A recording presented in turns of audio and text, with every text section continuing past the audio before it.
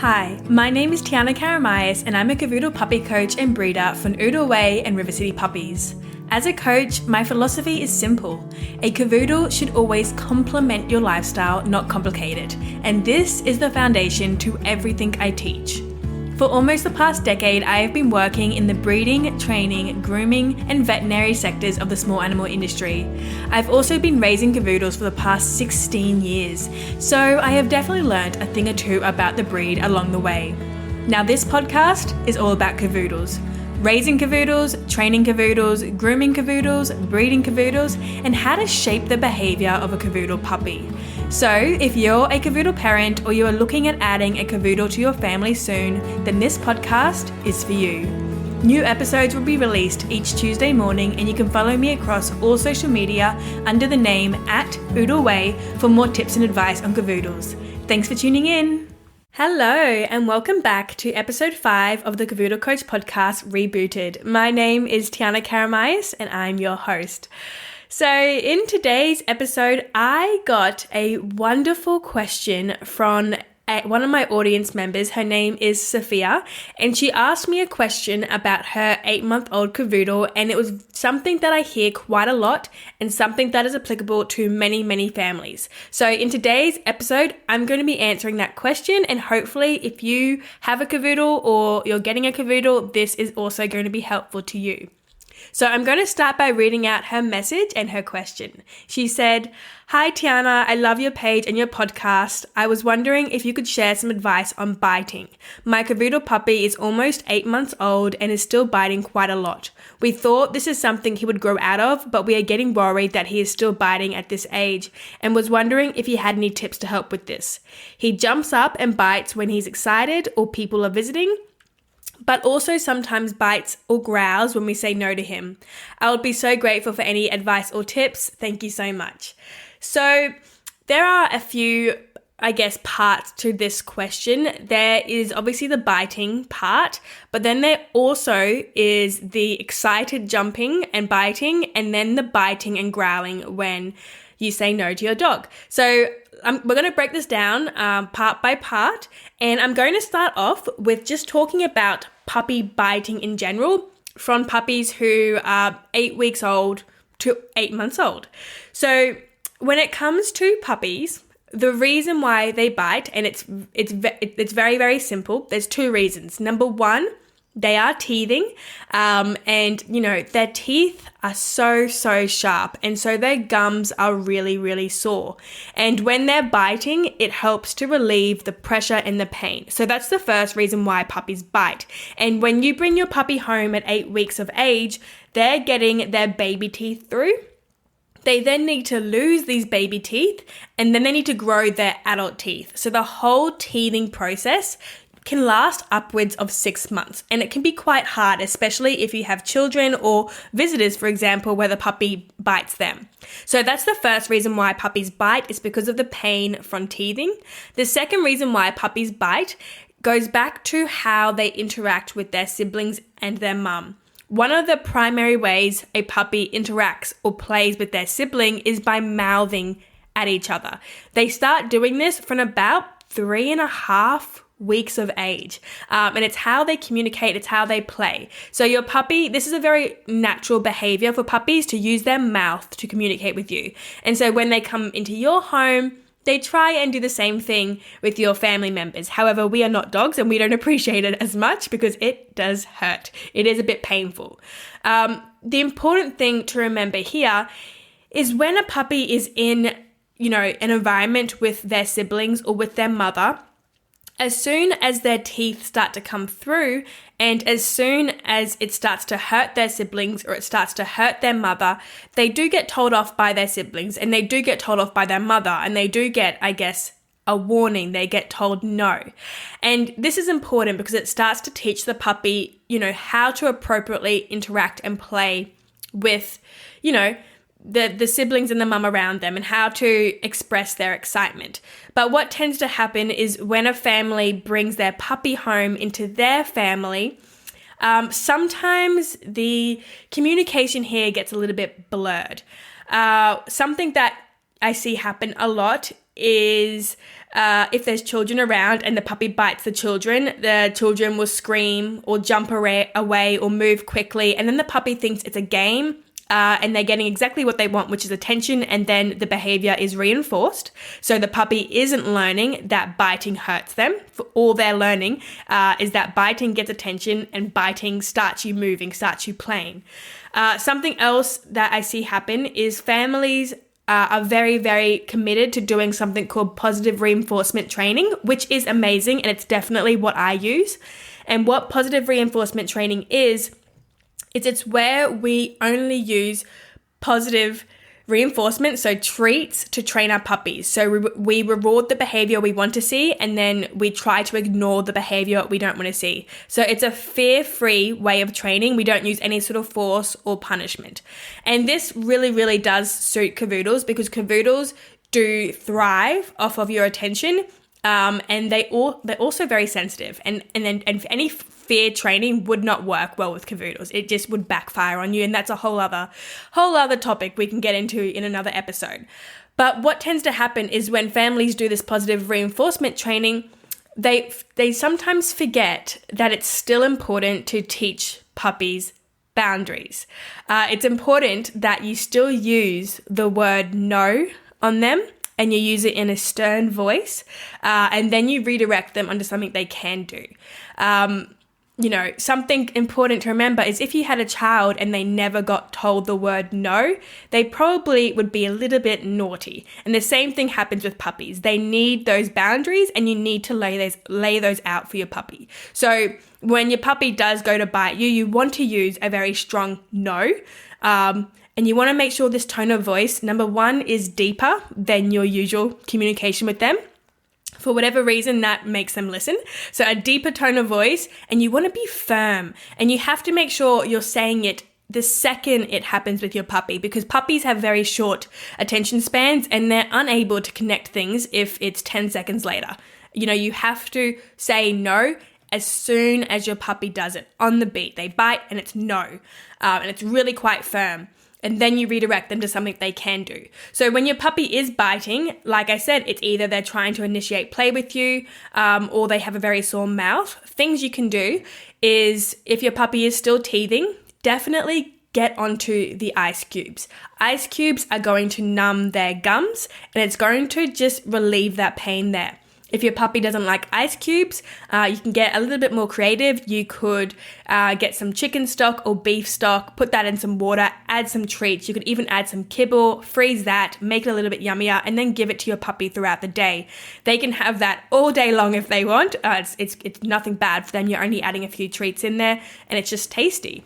What you also want to make sure is that at all times of the day, a puppy has to have something to chew on, because if they don't have anything to chew on and they don't have anything to relieve that pressure in their gums, they're going to turn to your toes and they're going to turn to your hands. So you have to make sure they have some kind of long-lasting treat/enrichment toy.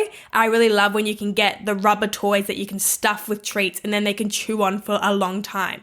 There are so many enrichment toys out there, and there's so many that you can do, and you can prep ahead of time. So you can prep a bunch of different enrichment toys, pop them in the freezer, and then each day, bring one or two out.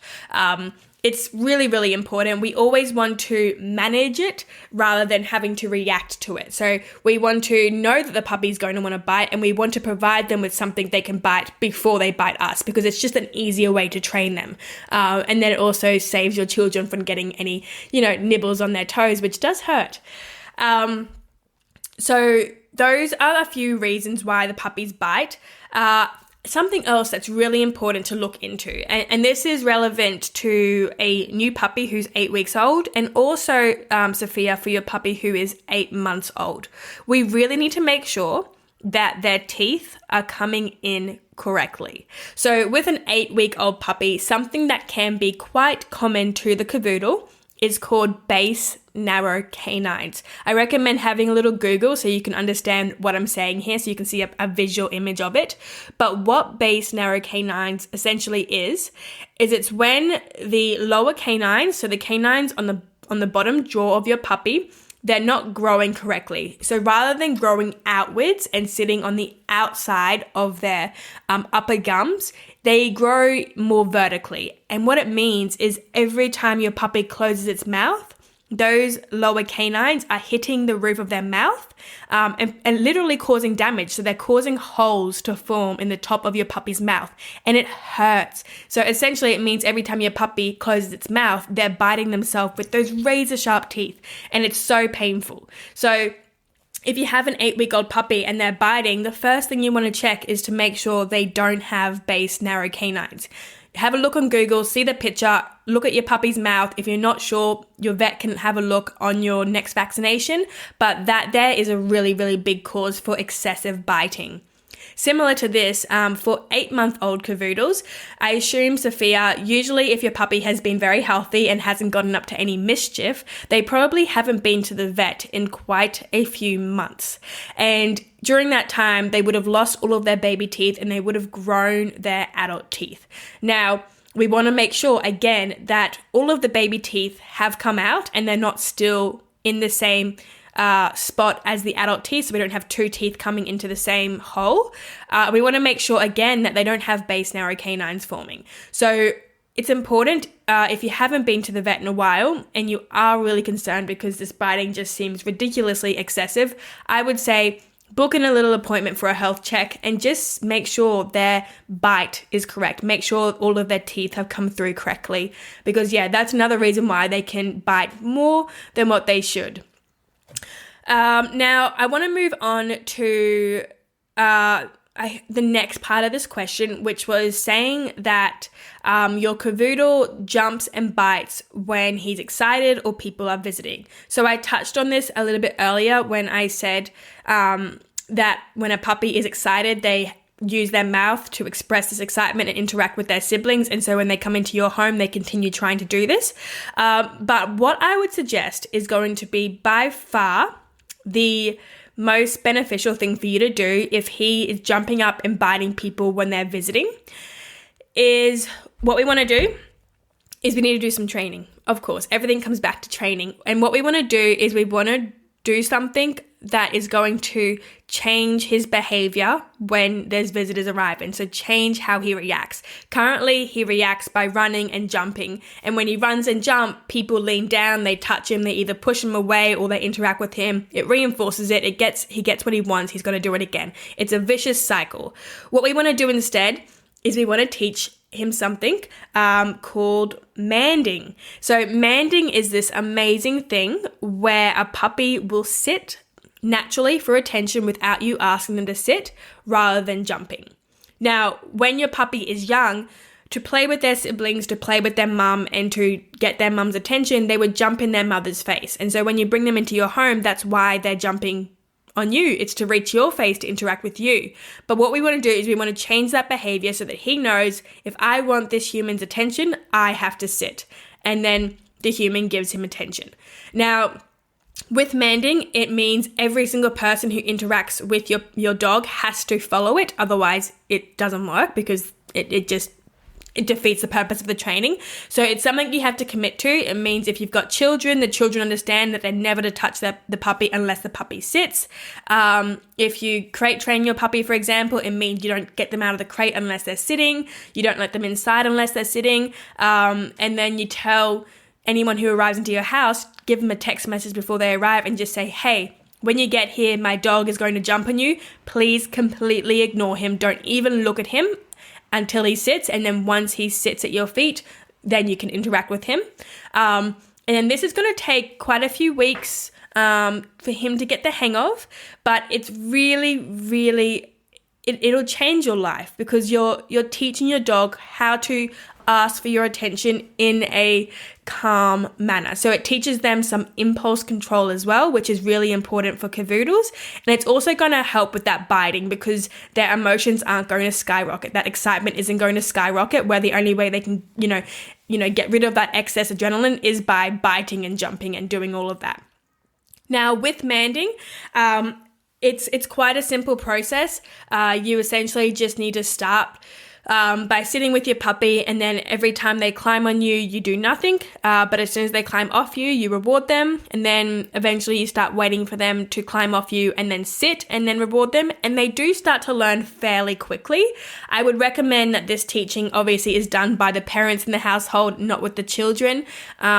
And if you do want to follow a actual little course on how to teach a puppy to mand, I do have a manding course. It is part of my bigger course, Puppy Train. But if you're only wanting the manding module of it, send me an email, hello@oodleway.co, and I will just let you know the details of the individual module, and then I'll give you access to that course there. So that's hello@oodleway.co if you want to get access to just my manding course, which teaches your puppy how to mand, how to sit for attention rather than jumping. Just going back to Sophia's message here, she also said, how do we help when he jumps up just at the family, so in the house? Again, something to really start learning is body language. You might not even realize what you're saying to your dog with your body language. Your words might be saying one thing, but your body language is saying something different.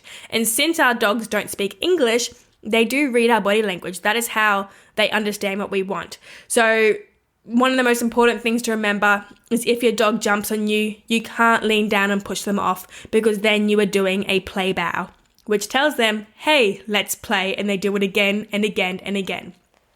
So when your dog does jump on you, you do have to turn away, give them no attention at all, and then wait for them to sit.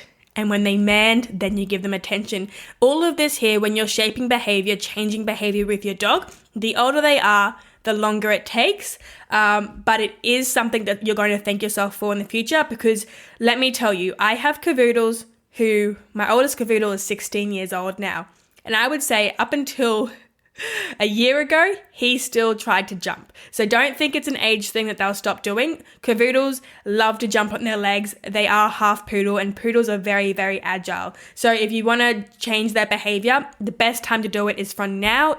It'll be much, much easier, and it's not going to disappear with age. I can promise you that. The final part of this question was that your cavoodle also sometimes bites or growls when you say no to him.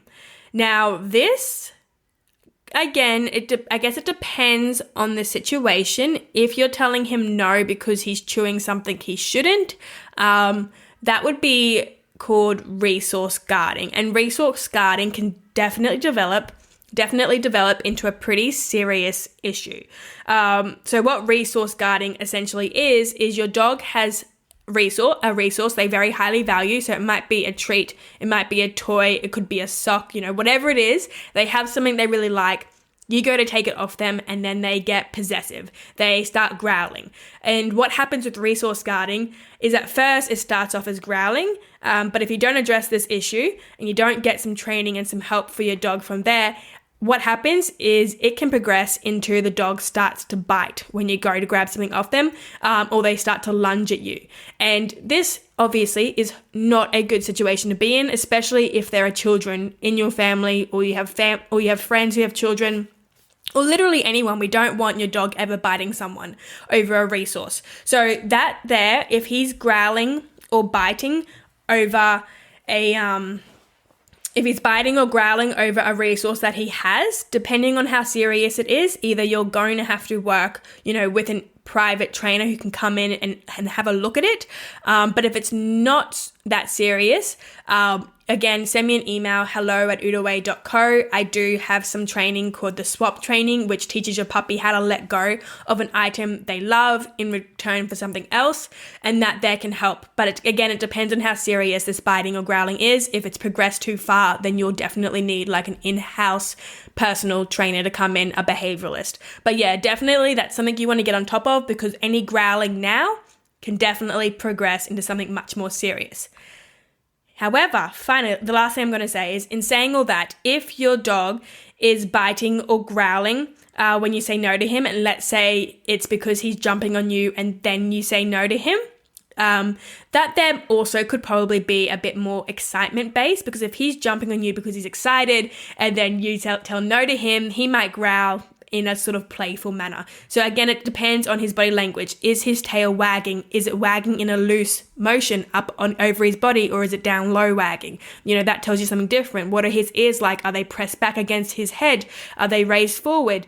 Those little things can help determine whether he's growling in a playful way or he's growling because, it's more of a stay back, I'm not happy, you need to give me space sort of way, because depending on why he's growling is going to tell you a different way on how to address the behavior and then train it. But again, hopefully if it is just out of that playful excitement, that manding is going to really, really help that, because rather than him jumping on you, he's going to be sitting at your feet and you're going to give him what he wants, and therefore you don't have to use the word no. And it means, when a puppy gets what they want and you get what they want, your whole relationship is just a lot more pleasant. It's easy. It's loving, it's full of joy, and it's just, your puppy is still young, 8 months old is still young. You're going to be shaping their behavior up until they're at least 2 years old. So it's a work in progress, step by step. I hope this episode has given you a little bit more of an idea on what to do if your puppy is biting. It, again, depends on the age of the puppy, the reason why they're biting, what their behavior is, what their body language is in that moment. But the most important thing to remember is a young puppy is biting because they have sore gums. An older puppy is biting either because it's a learnt behavior they've done now, or they're still trying to communicate to you like you're their siblings, and we need to teach them how to communicate to us as humans. Okay, so that's the end of this episode. I really hope everyone who's listening has enjoyed it, has learned something new. If you have a cavoodle and you do have a question, feel free to reach out to me and let me know your question. If it's something that quite a few families struggle with, I'll definitely do a podcast episode addressing it, just like I did with this puppy biting one. But reach out to me. My email is hello@oodleway.co, or you can reach out to me on Instagram. Again, my handle is just oodleway. My name is Tiana. Send me a DM. I would love to hear from you. And if you are enjoying this episode, if you've learned anything at all, please leave me a rating and a review. I love getting them. I read all of your reviews, and the more ratings and reviews I get, the more families this podcast will reach. And I really just want to help everyone have that beautiful relationship with their cavoodle, where they really complement your lifestyle and not complicate it. Okay, I will see you next week. This has been your cavoodle coach, Tiana Karamayas. See you later.